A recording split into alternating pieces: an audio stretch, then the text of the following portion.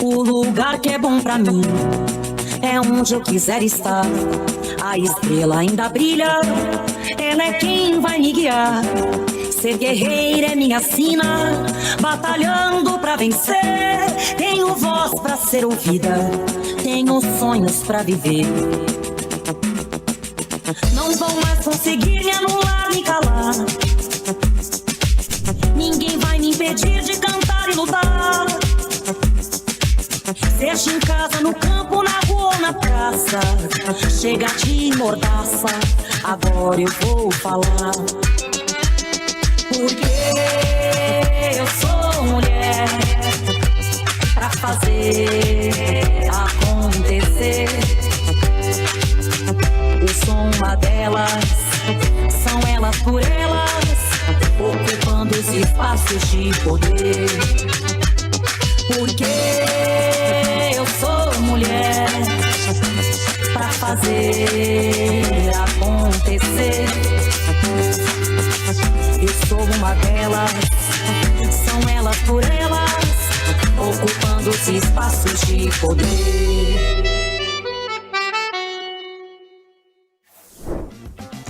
Começa agora o TV Elas por Elas. E na aula de hoje vamos falar sobre mulheres de esquerda na 13ª Conferência Nacional de Direitos Humanos, com Charlene Borges, defensora pública federal. Bom dia, companheiras. Meu nome é Charlene Borges, eu sou defensora pública federal e atualmente estou desempenhando a função, a missão de ser presidente do Conselho Nacional de Direitos Humanos, né, o exercício de 2025. Além de estar exercendo essa função nesse momento, eu sou, acima de tudo, mãe, né, mãe, mulher.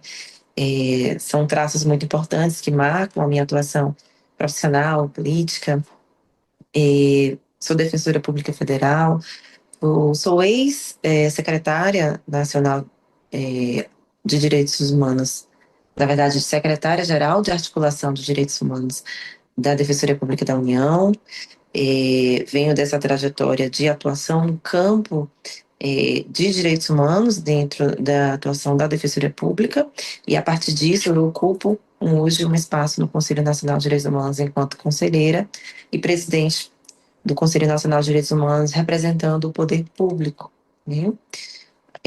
Sou baiana, de Salvador, nascida e criada na periferia de Salvador, no bairro do Curuzu, bairro eminentemente negro, né, da cidade de Salvador, e tenho essa trajetória, né, muito marcante sobre o olhar de mulher negra, periférica, acadêmica de direito, profissional do direito, integrante do sistema de justiça, e hoje estou aqui ocupando as trincheiras que envolvem atuação na defesa, proteção e promoção de direitos humanos no Conselho Nacional de Direitos Humanos, né? Esse talvez seria um breve resumo. Dentro das minhas atuações profissionais, eu sou defensora pública da área criminal, esse é o meu ofício ordinário, mas a minha atuação na área de direitos humanos, ela passa pela defesa da população em situação de rua. Então, já integrei grupos de trabalho voltado para a proteção desse grupo social vulnerabilizado, também para a defesa de políticas étnico-raciais e para a defesa dos direitos das mulheres, né? Esses 3 eixos foram 3 grupos temáticos em que eu desempenhei a minha função na seara de direitos humanos dentro da Defensoria Pública da União. A partir dessa trajetória, eu passo a ser secretária de Articulação Institucional da Defensoria Pública da União, que é a secretaria que tem um guarda-chuva sobre essa articulação com os movimentos sociais, com a sociedade civil e também com as entidades dos poderes públicos, com a articulação em relação a políticas públicas de direitos humanos. Finalizada essa trajetória dentro da Defensoria Pública da União, eu venho para presidir o Conselho Nacional de Direitos Humanos e estou aqui desde dezembro, né, do ano passado. Então, agora, no dia 13 de dezembro, farei 1 ano de mandato enquanto presidenta. E o grande desafio, né, desse ano, dessa missão, é a realização da 13ª Conferência Nacional de Direitos Humanos. Estamos aqui nos últimos dias de preparatórios para a realização desta conferência. A 13ª Conferência Nacional de Direitos Humanos, ela acontece depois de um hiato, né, de um intervalo significativo de 9 anos. Estamos há 9 anos sem uma Conferência Nacional de Direitos Humanos e sem, portanto, debater de uma maneira sistêmica, nacional, política pública para proteção, promoção, difusão de direitos humanos, né? É uma conferência que envolve diversos atores, né? É, a sociedade civil organizada, movimentos sociais, grupos sociais vulnerabilizados, a exemplo de população negra, juventude negra, povos de terreiro, povos comunidades tradicionais, povos originários, pessoas em situação de rua, povos ciganos, pessoas com deficiência, comunidade LGBTQIA+, mulheres, feministas. Nós temos um rol, né, assim, enorme de atuação no campo dos direitos humanos, e o Conselho Nacional de Direitos Humanos, ele tem essa responsabilidade, porque é a instância nacional que representa o conceito de participação social na construção da política de direitos humanos, né? Então, o Conselho Nacional de Direitos Humanos hoje ele abriga a voz de diversas entidades da sociedade civil, mas também de entidades e pessoas do poder público que também compõem essa rede de promoção e proteção de direitos humanos. Então, também serão atores importantes da Conferência Nacional, também as entidades e pessoas, autoridades do poder público, defensoras e defensores de direitos humanos que estão nos territórios fazendo a atuação na defesa, então, seja defensores públicos, membros do Ministério Público, seja outros profissionais que estão abrigados, né, do âmbito do Poder Executivo, dos estados, dos municípios e também do governo federal. De outro lado, nós temos também esse amplo guarda-chuva relacionado à participação social, que envolve as entidades da sociedade civil, movimentos sociais, os conselhos de direitos humanos estaduais, né, toda essa rede de conselhos também são integrantes desse sistema, né. Então, a conferência ela vem desses múltiplos atores, essas múltiplas bases, e o grande objetivo da conferência é justamente construir, né, o mote da conferência, da 13ª Conferência Nacional, é construir o Sistema Nacional de Direitos Humanos, né? Então, o objetivo é o enfrentamento aos retrocessos, mas também a construção do Sistema Nacional de Direitos Humanos para que políticas públicas de direitos humanos, com a representatividade devida, com a máxima participação social, seja realizada no âmbito dessa conferência. Sobre a organização da conferência, nós teremos 18 grupos de trabalho que debaterão os temas, né, 18 temas que estão distribuídos entre os 6 eixos da conferência. Nós fizemos uma consulta pública no começo do ano, né, e sempre imbuídos desse princípio da máxima participação social. E a consulta pública definiu os eixos e os sub-eixos temáticos que serão objeto de debate e construção, né, das políticas e das propostas no âmbito da conferência. Então, vou ler aqui para você os eixos temáticos seguidos dos 3 sub-eixos que comporão esses 18 grupos de trabalho. São 18 salas que vão comportar os nossos delegados e também convidados e observadores que poderão acompanhar os debates dessas propostas. Então, o primeiro eixo é o eixo relacionado ao enfrentamento das violações e retrocessos. Dentro desse primeiro eixo, nós temos 3 sub-eixos. O eixo GT, que será, vou chamar aqui de grupo de trabalho, né? Então, o grupo de trabalho número 1 vai tratar de trabalho, acesso à justiça e combate aos retrocessos. O grupo de trabalho número 2 vai tratar de enfrentamento das violações dos direitos contra grupos vulnerabilizados. Esse é um grupo bastante amplo, né? O grupo de trabalho número 3, ele vai tratar da segurança pública e enfrentamento à violência. O eixo número 2, já é o eixo voltado para a democracia e participação popular. Então, o grupo de trabalho número 4 trata de participação popular nos espaços públicos. O grupo de trabalho número 5 trata de memória, verdade e democracia. O grupo de trabalho número 6, educação e direitos humanos. Aí vamos para o eixo número 3, que é igualdade e justiça social. Grupo de trabalho 7, garantia de direitos para grupos discriminados. Grupo de trabalho 8, direitos sociais, e envolve aquele eixo que está na Constituição: educação, saúde, moradia, trabalho e transporte. E o grupo de trabalho número 9, políticas públicas e populações vulneráveis. E aí, já caminhando para o eixo número 4, que trata da justiça climática, meio ambiente e direitos humanos. O grupo de trabalho número 10 volta-se para a educação ambiental e justiça climática. O grupo de trabalho 11, sustentabilidade e transição ecológica. O grupo de trabalho 12, direito à terra, à água, ao território e ao meio ambiente. O eixo número 5 trata da proteção dos direitos humanos no contexto internacional, né, que é uma outra importante frente que nós temos no âmbito do sistema de direitos humanos, né? Então, o primeiro grupo de trabalho proposto é o grupo que vai tratar do Sistema Internacional de Direitos Humanos. O grupo de trabalho 14 é sobre a soberania, cooperação e integração solidária.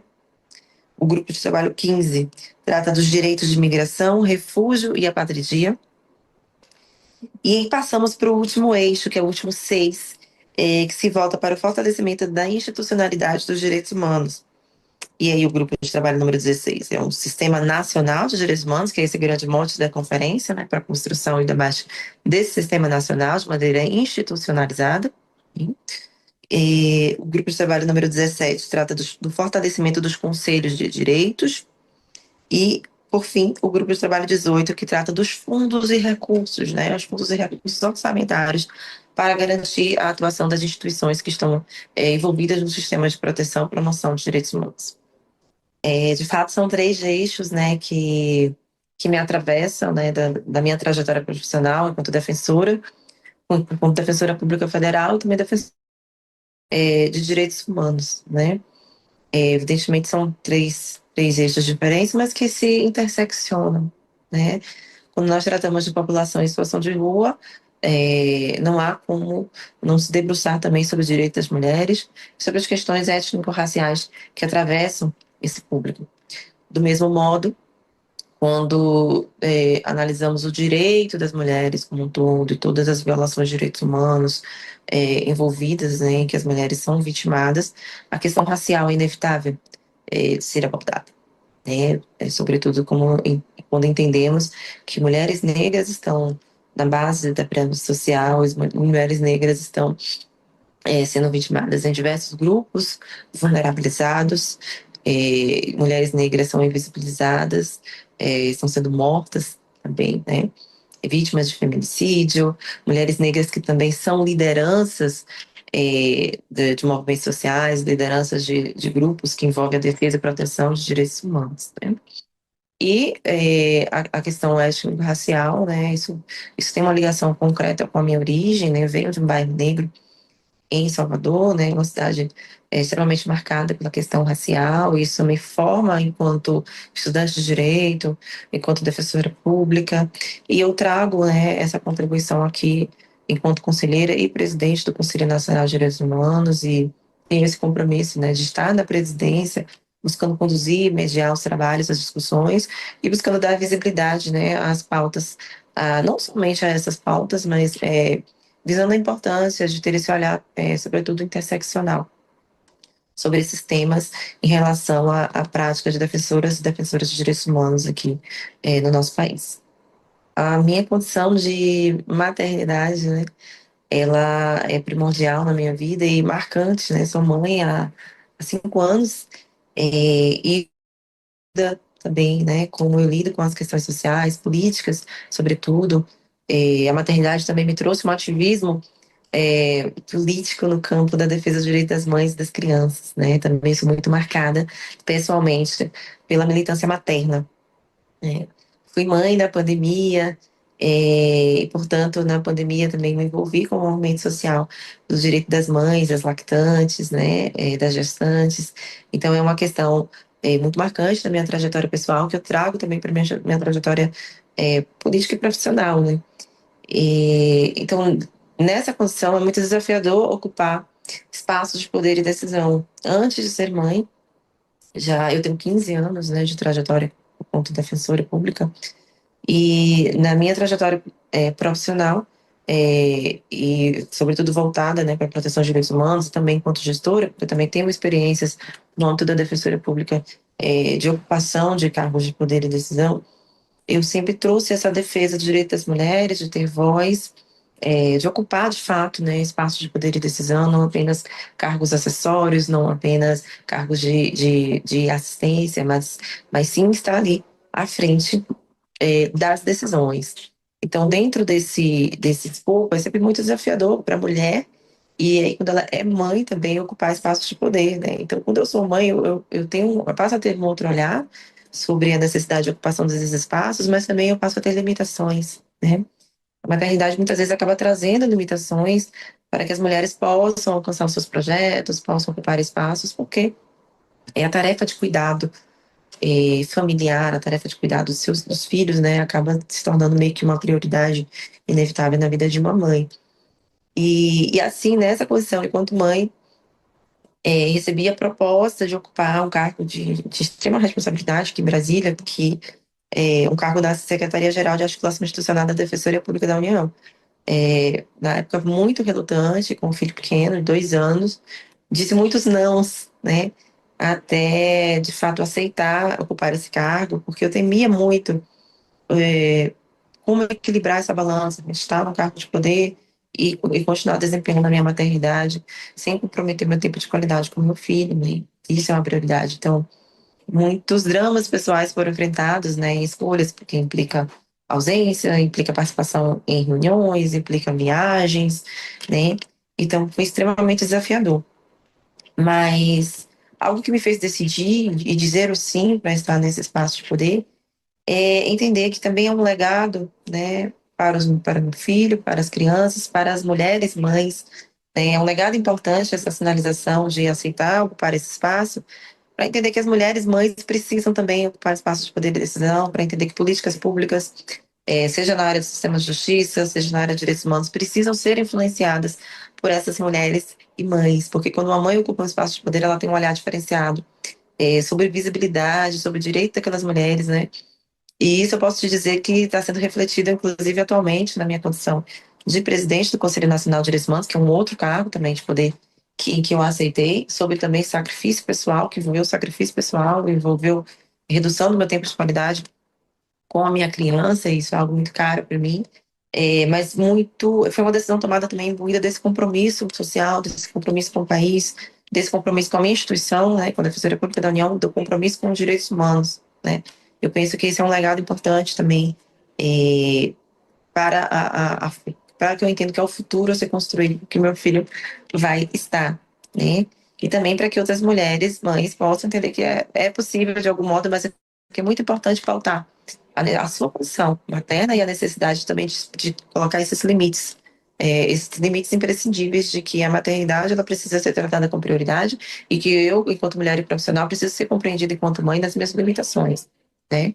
De ocupar os espaços de poder. Então, esse é um debate político que eu trago comigo, trouxe quando desempenho o cargo de secretária-geral de articulação e trago também quando desempenho a função de presidente do Conselho Nacional de Direitos Humanos, né? Eu trago a minha maternidade o tempo todo, afirmo que é uma prioridade, trago isso também enquanto condição política.